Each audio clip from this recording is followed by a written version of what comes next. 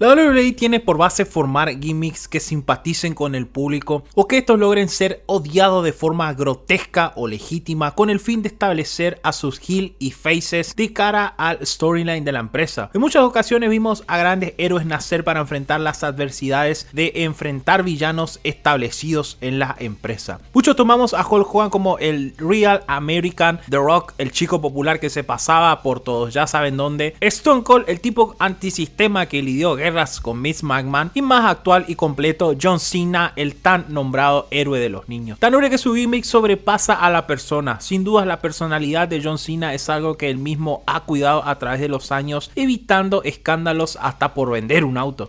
Es esa imagen del héroe de los niños que WWE quiere tener para que estos sean bombas de marketing. Pero para contraparte también es necesario crear villanos reales, desde un Randy Orton a un CM Punk que contrarreste a este último face. Dejando de lado este paso histórico, vamos a remontarnos a un tiempo más lejano donde, iniciado el nuevo mando de la WWE por parte de Vince McMahon, la empresa buscaba establecer al héroe más grande de todos los tiempos como la cara de la compañía, que siempre saldría aideado de vencer a todos sus rivales, incluso a un terrorista. Muchos recordarán al carismático Sargento Slaughter, quien en los años dorados del Pro Wrestling brilló en AWA con el gimmick del Sargento. Una imagen que en este momento le daba la característica de ser alguien respetable por el contexto en el que vivía Estados Unidos. La imagen respetable de este personaje tomó impulso tan rápido que la WWF no le tembló el pulso al reclutarlo en sus filas. El Sargento logró combates importantes en la empresa, incluso brillando en la estadía de grandes nombres como Dusty Rhodes, Pat Patterson,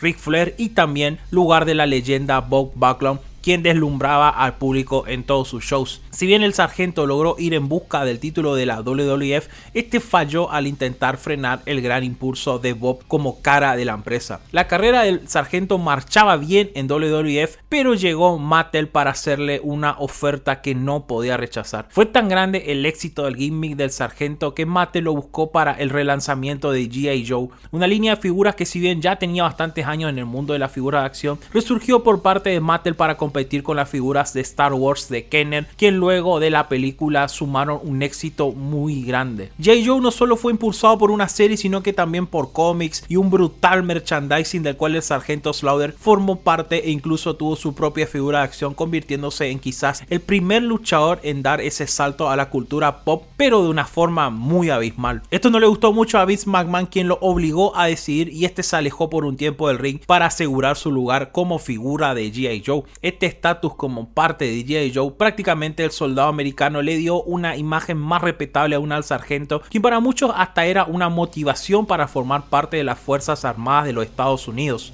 Luego del éxito de G.I. Joe, este optó por buscar otra estadía en WWF, pero el cambio llegó de una forma muy abrupta. Prácticamente el público debió olvidarse de lo que fue el Sargento, ya que este, de ser el soldado americano, pasó a convertirse en un traidor a la nación. Quizás este fue un shot muy repulsivo para muchos por parte de Vince McMahon, quien, al igual que lo venía haciendo los cómics, al alejarse de los superhéroes perfectos, buscó inclinar escenarios reales, problemas reales e incluso enemigos reales. Muchos conocemos las decisiones de Vince, y si este tipo quiere pasarse de la raya, no solo lo hace, sino que demuestra que puede ir aún más allá de lo debido. El Sargento regresó aliado con The Iron Sheik y Volkov, cambiando los colores de la bandera estadounidense por la de Irak. En medio de todo el conflicto con las naciones y la aparición de Saddam Hussein, este ángulo se volvió muy turbio, más aún cuando mostraron una foto trucada donde ellos lo reconocían como su jefe tribal.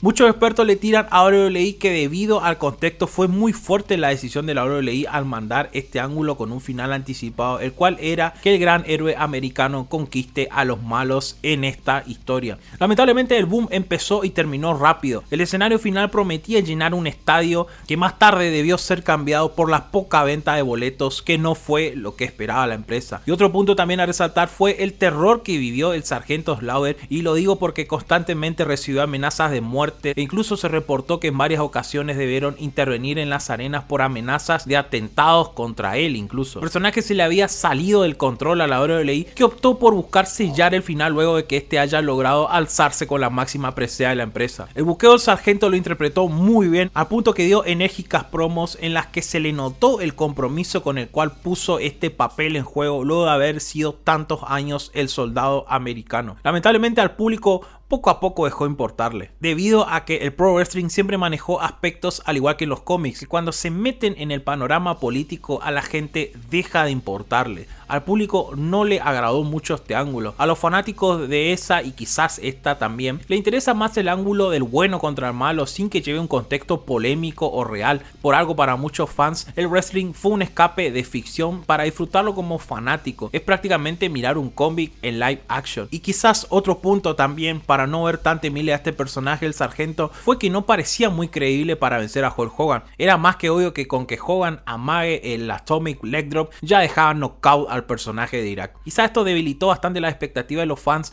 Otro punto considerable es que el sargento comenzó asquerosamente odiable y poco a poco fue debilitándose. Muchos pensaron que ya que estaban en el ángulo debió haber ido más allá de donde fue, pero esto ya se le salió de las manos a la WWE. WWE debió trasladar con chaleco antibalas al sargento por las constantes amenazas que recibía, incluso costear un gasto de seguridad para el mismo por miedo a que alguien crea que la lucha libre no es falsa y lo ataque por simpatizar con Irak. Quizá esto frenó un poco el gimmick, que pudo haber sido aún más agresivo con actitudes como, no sé, quemar la bandera de los Estados Unidos o pisarla, por lo menos para enfurecer al público, pero no pisaron el acelerador porque la misión fue de que el mismo pierda el título y vuelva a su gimmick de G.I. Joe. Así evitaban que todo este desastre se le vaya de las manos aún más. Desastre que también perjudicó mucho la órbita del título mundial, porque al ser dejada de lado esta rivalidad, la gente optó por mirar lo que estaba ocurriendo con el título intercontinental. El momento llegó WrestleMania 7, un abucheado Sergeant Slaughter llegó y después ingresaba el Real American con todo el apoyo del público. Fue una contienda que por mucho tiempo se volvió lenta y vimos como el sargento junto a sus dos camaradas buscó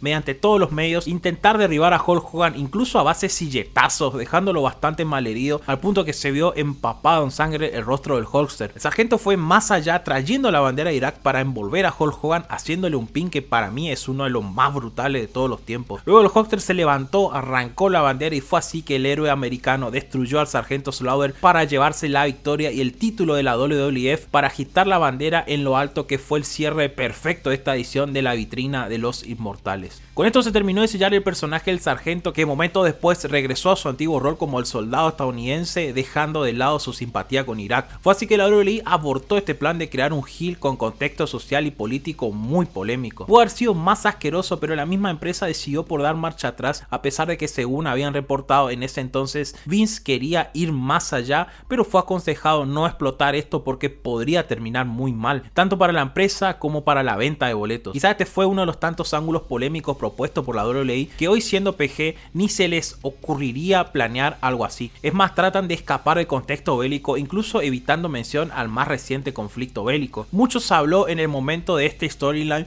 pero por suerte no opacó lo grande que es el sargento Slaughter y podemos decir que se salió ileso de esa oleada de odio que alcanzó. El tipo es actualmente muy asociado a G.I. Joe, incluso teniendo una de las figuras más caras del mercado por lo que representó, al punto de que su valor colección es más icónico del lado de la franquicia de Mattel que del lado del Pro Wrestling. Mattel, quien posee actualmente la licencia de las figuras de la WWE, en 2021 le rindió homenaje a este personaje, el sargento, sacando una figura con el atuendo de ese entonces y también con el pañuelo de la línea básica. El sargento sin duda fue una motivación para muchos en el apogeo de la WWF, pero este ángulo cambió un poco su visión en ese entonces. Por suerte, él mismo pudo continuar sus últimos años de carrera para posteriormente ser inducido al Salón de la Fama, dejándonos como anécdota el momento en aquel entonces que cambió de bando, traicionando a los Estados Unidos para que el verdadero americano llegue a salvar el día agitando la bandera en lo alto.